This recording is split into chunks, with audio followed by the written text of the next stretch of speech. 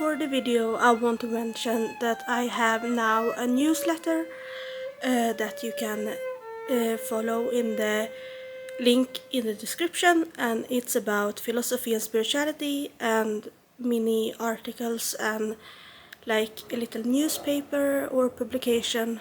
It's not about marketing, it's more about telling stories and inspire you guys. So if you're interested in that, I have a link in the description, and I guess I'm the one sponsoring this video with that newsletter. So please check that out. And now into the video. Hello and welcome back to my channel. Welcome if you are new. My name is Trix and I make content about spirituality, witchcraft, philosophy, filmmaking and creative arts. And I'm sorry about my voice. I have catched a cold, but I'm recovering, and I just felt like I wanted to film a video, so we have to live with this voice of mine. My partner is out today and doing, I don't know what he's doing, but I felt like it is a great time, since I'm by myself anyway, to film videos. So here I am. And in today's video, I want to talk about the ableism in the witchcraft community and honestly in the spiritual community in general. I want to talk about ableism in online spaces and in offline spaces, but mainly in the spiritual community, since that's what my channel is about, and also in various schools of philosophy. I want to talk about ableism because we tend to think that all people are like ourselves. That's human nature, I know, but we have to expand our boxes a little bit, because it feels like all people have their own as a default. If I can, so can you. You often hear, like, if I can do it, so can you. I have gone through these struggles and I have gone through these events and stuff. So if I can, so can you. And the thing is, I wrote in my book, actually, I will put it here on the screen, that actually no. If I can, maybe you can't. If you can, maybe I can't. And that is okay. I'm very much for taking a different route if that is what is your thing, if that is what works for you. I don't think we all have to necessarily take the same route and that we all have to do the same things in life. It's nothing wrong with taking a different route if the standard one isn't your thing or something that is manageable for you. And I think that even when it comes to spirituality, but also when it comes to like the standard stuff like marriage and child rearing and relationships and careers and jobs and working a full-time job and what more? Yeah, but you understand what I mean. If you can't be in a traditional relationship or want to be in a relationship, then you should be able to modify it for your needs, as long as the people involved in your relationships are okay with it. Then nobody else should judge you. And I think that's also when it comes to if you want to have children. I don't want to have children, and my sister is currently pregnant, and I'm very happy for her and her partner. I think they're going to be amazing parents because they want a child or many children, I don't know, but they want children, or this child, and they are stable both mentally, physically, financially.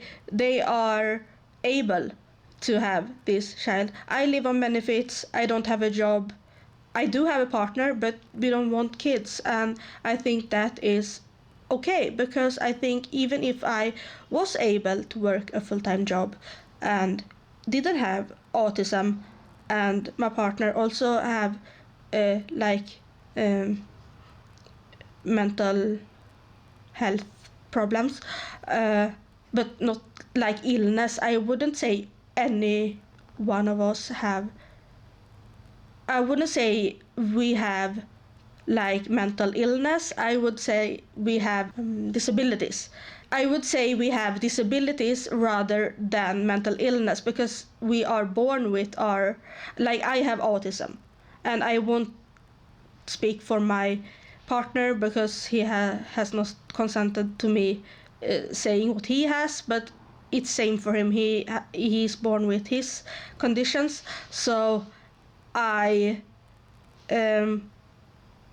yeah, you understand what I mean. We have disabilities, and even if that wasn't the case, maybe we wouldn't have children anyway, because not everyone wants that. And today I want to talk about that, about ableism, and about how people put their own defaults as a standard for everyone else. And I want to talk to you about fly in my eye. I want to talk to you about that more in a spiritual and philosophical sense, because that's what my channel is about. And I guess we jumped straight into it.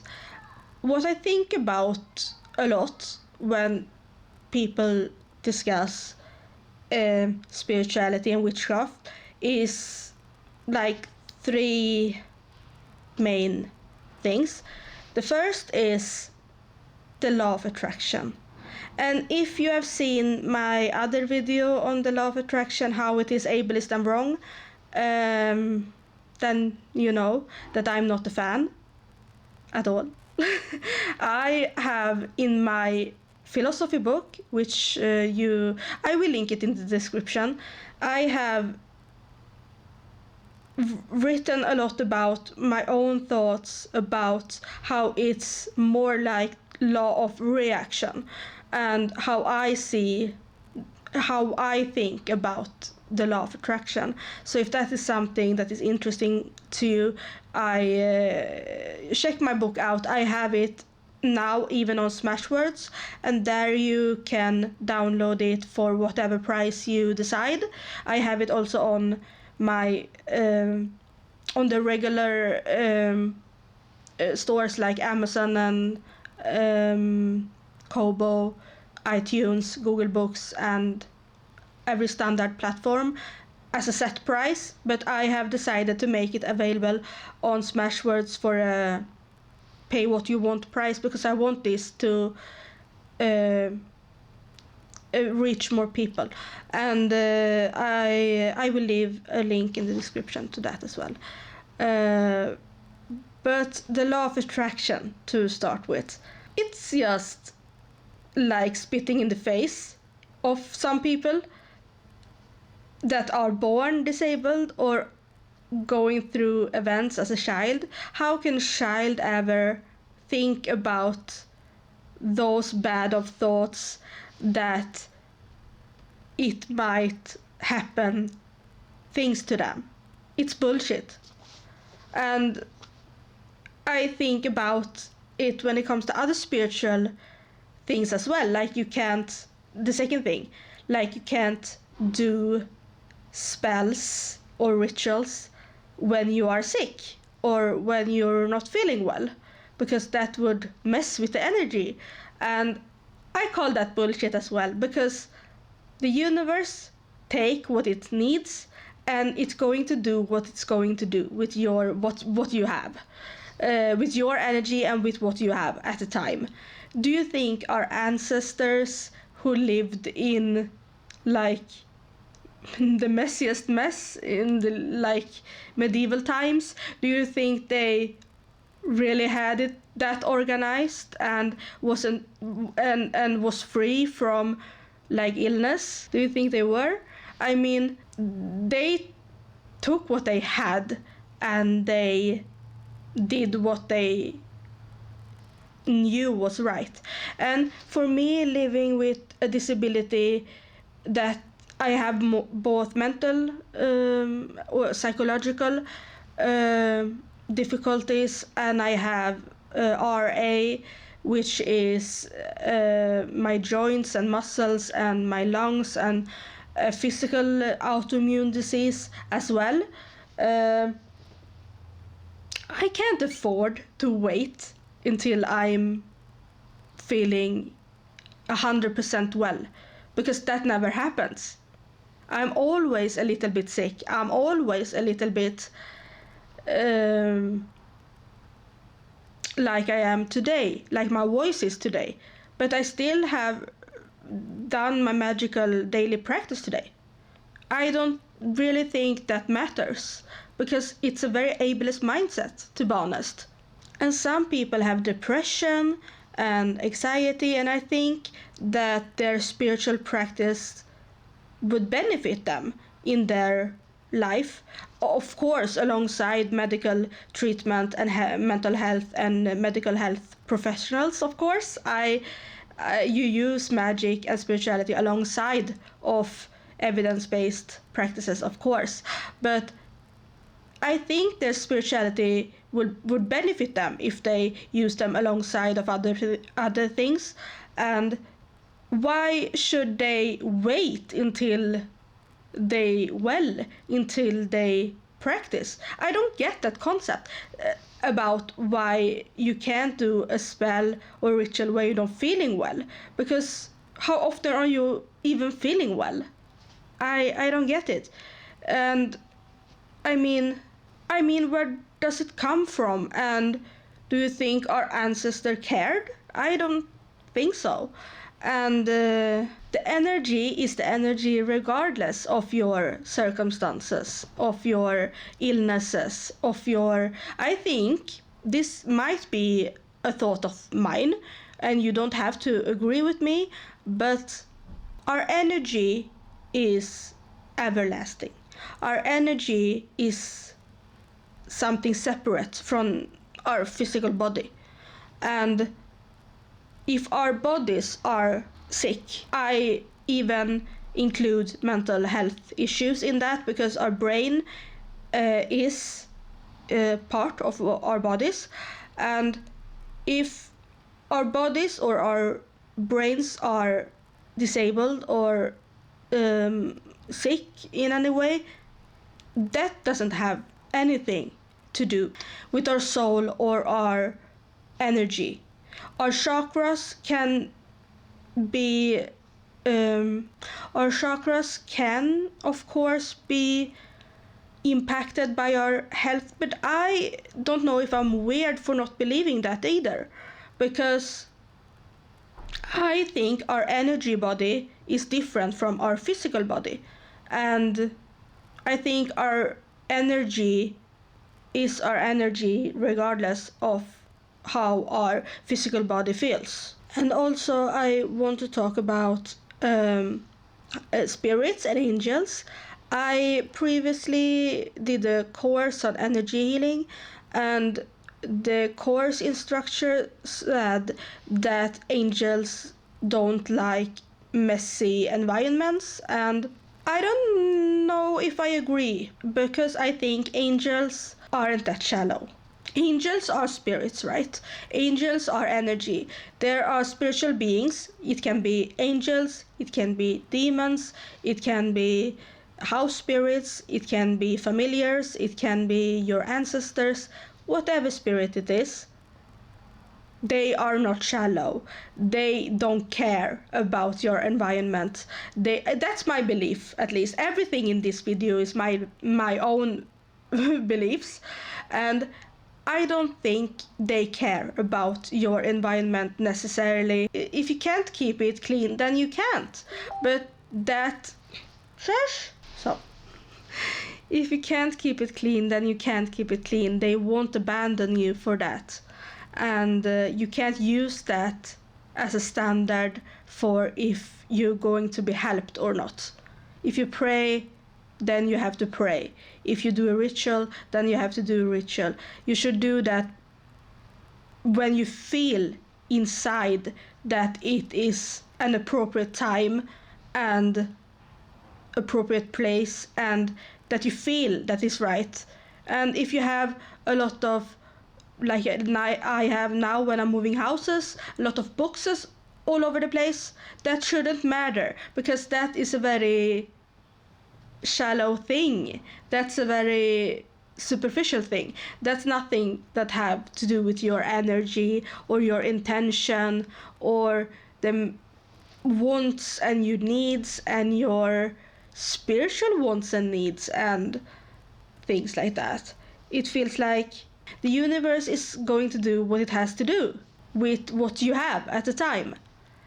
And yeah, I think that's what I had to say about that. And I really wanted to talk about it because I hear so often that we need to be careful and we need to be organized and we need to have everything so perfect, and on social media there are these witchy aesthetics, and that's not how life works. I mean, yeah, in my new apartment I will set up an altar, I will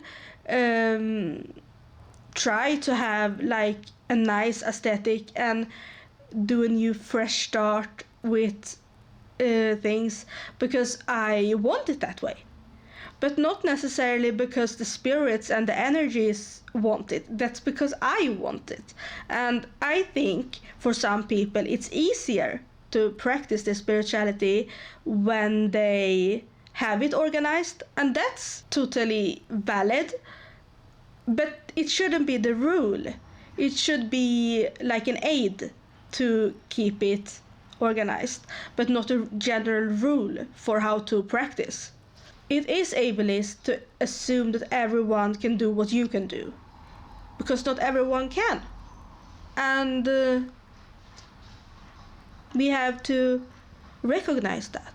We have to make a distinguish on what's a general rule of thumb and what's just a suggestion, if that makes sense. Yeah, I think that was my little rambly rant video for today, and I really wanted to talk about this because I have thinking a lot about this lately, and I see all the time in the courses I take and in the spaces I am, and I feel so unheard and unseen, and that is why I'm making this video, because I want to offer another perspective. So take this for what it is, my opinions, and take what resonates with you and leave what doesn't. And I see you in my next video.